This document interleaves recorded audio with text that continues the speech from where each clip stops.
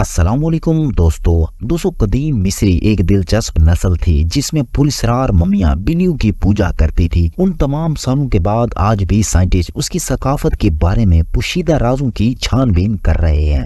دوستو مصر کے بادشاہ جب مر جاتے تھے تو ان کی میت کو ممی بنا دیا جاتا اور ایک مخصوص تابوت میں بند کر کے مقبرے میں دفنا دیا جاتا تھا، اور ان کے ساتھ بہت سی ضروریات کی چیزیں بھی رکھ دیا کرتے تھے کہ جب وہ زندہ ہوں گے تو یہ چیزیں ان کے کام آ سکتی ہیں۔ دوستو ان کا ماننا تھا کہ کچھ عرصے کے بعد یہ دوبارہ زندہ ہوں گے اور بہت زیادہ طاقت کے ساتھ یہ اٹھیں گے اور پھر یہ حکمرانی کریں گے، اور ان کا ماننا تھا کہ جب یہ دوبارہ زندہ ہوں گے تو ان کو بہت زیادہ طاقت سے نوازا جائے گا اور اتنی طاقت ہوگی کہ یہ دوبارہ اپنی حکمرانی قائم کر سکیں گے اور ہر چیز ان کی مرضی کے مطابق چلے گی۔ دوستو آج کے اس ویڈیو میں آپ کو مصر کے بارے میں کچھ ایسے دلچسپ حقائق بتاؤں گا جو آپ کو حیران کر دیں گے۔ دوستو قدیم مصر کی عورتیں بلیوں کی پوجا کرتی تھی۔ قدیم مصر میں جانور بہت اہم تھے اور اکثر ان کی پوجا کی جاتی تھی، اور ان سب میں سے زیادہ تر قابل احترام بلی تھی۔ قدیم مصریوں کا خیال تھا کہ جانور دیوتاؤں کے اوتار ہیں، اس لیے جانوروں کو پالتو جانور کے طور پر رکھنا بہت مشہور تھا۔ سب سے زیادہ مقبول بلیوں کے علاوہ کتے، ہاکس اور شیر گھر میں رکھے جاتے تھے۔ دوستو اگر آپ قدیم مصر میں کسی بلی کو مارتے یا زخمی کرتے ہوئے پکڑے گئے تو اس کے برعکس بہت سزا دی جاتی تھی، اور جس کے نتیجے میں عام طور پر موت بھی واقع ہو جاتی تھی۔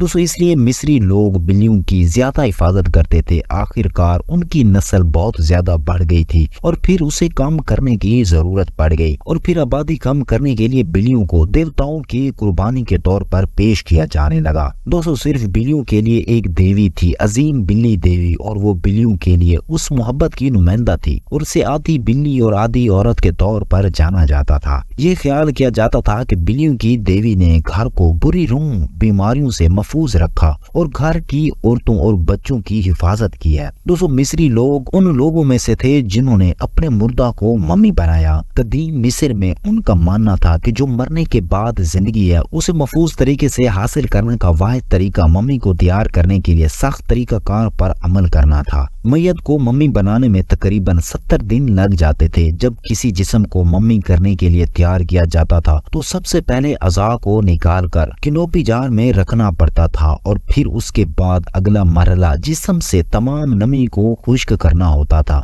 ایسا کرنے کے لیے انہوں نے جسم کو پاؤڈر قسم کے نمک میں ڈھانپ دیا اور اسے تقریباً 35 سے 40 دن تک آرام کرنے دیا جاتا، یا جب تک کہ تمام نمی خشک نہ ہو جائے۔ دوستو باقی تمام نمک کو صاف کرنے کے بعد جسم کو کپڑے سے بھر دیا جاتا تاکہ دوبارہ وہ بھرا ہوا نظر آئے، اور پھر اسے لپیٹنے کے لیے تیار کیا جاتا، اور اس عمل کو 2 ہفتے لگ جاتے تھے۔ ایک بار جب یہ مکمل ہو گیا تو ممی کو اس کے تابوت میں ڈال دیا جاتا اور پھر ایک قبر میں لے جایا جاتا جہاں وہ آرام کر سکیں۔ دوستو قدیم مصریوں کا ماننا تھا کہ ایسا کرنے سے وہ بعد کی زندگی میں آسانی سے پہنچ جاتے ہیں۔ دنیا کا سب سے مشہور قدیم مصری توت عنخ آمون ہے۔ اس کی ممی شدہ لاش مصر میں لکسر کے قریب وادی آف کنگز میں دریافت ہوئی تھی۔ توت عنخ آمون کا احاطہ مکمل طور پر سونے سے بنایا گیا تھا اور اسے 5000 سے زیادہ نمونوں کے ساتھ مقبرے میں دفن کیا گیا تھا۔ دوستو یہ وہ چیزیں تھیں جو محروم بادشاہ کو تحفے میں دی گئی تھی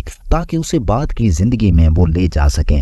لیکن دوستو جو بھی اس دنیا سے ایک دفعہ چلا گیا تو دنیا کی کوئی بھی چیز اس کے ساتھ رکھنا بے معنی ہے، اور وہ اس کے لیے فضول ہے، کیونکہ مرنے کے بعد انسان کا نظام بدل جاتا ہے، کیونکہ وہ یہ دنیا چھوڑ چکا ہوتا ہے، تو اس لیے اس دنیا کی چیزیں اور یہ دنیا اس کے لیے بے معنی ہو جاتی ہے۔ اس لیے اس دنیا کی کوئی بھی چیز اس کی آخرت میں مدد نہیں کر سکتی۔ ہاں اس کی صرف اعمال ہیں، اچھے اعمال جو اس کی مدد کر سکتے ہیں، جو اس دنیا میں وہ کر کے کیا ہے۔ صرف اس دنیا کی نیکیاں ہیں جو اس کی مدد کر سکتی ہیں اور اسے آخرت میں نجات دلوا سکتی ہیں۔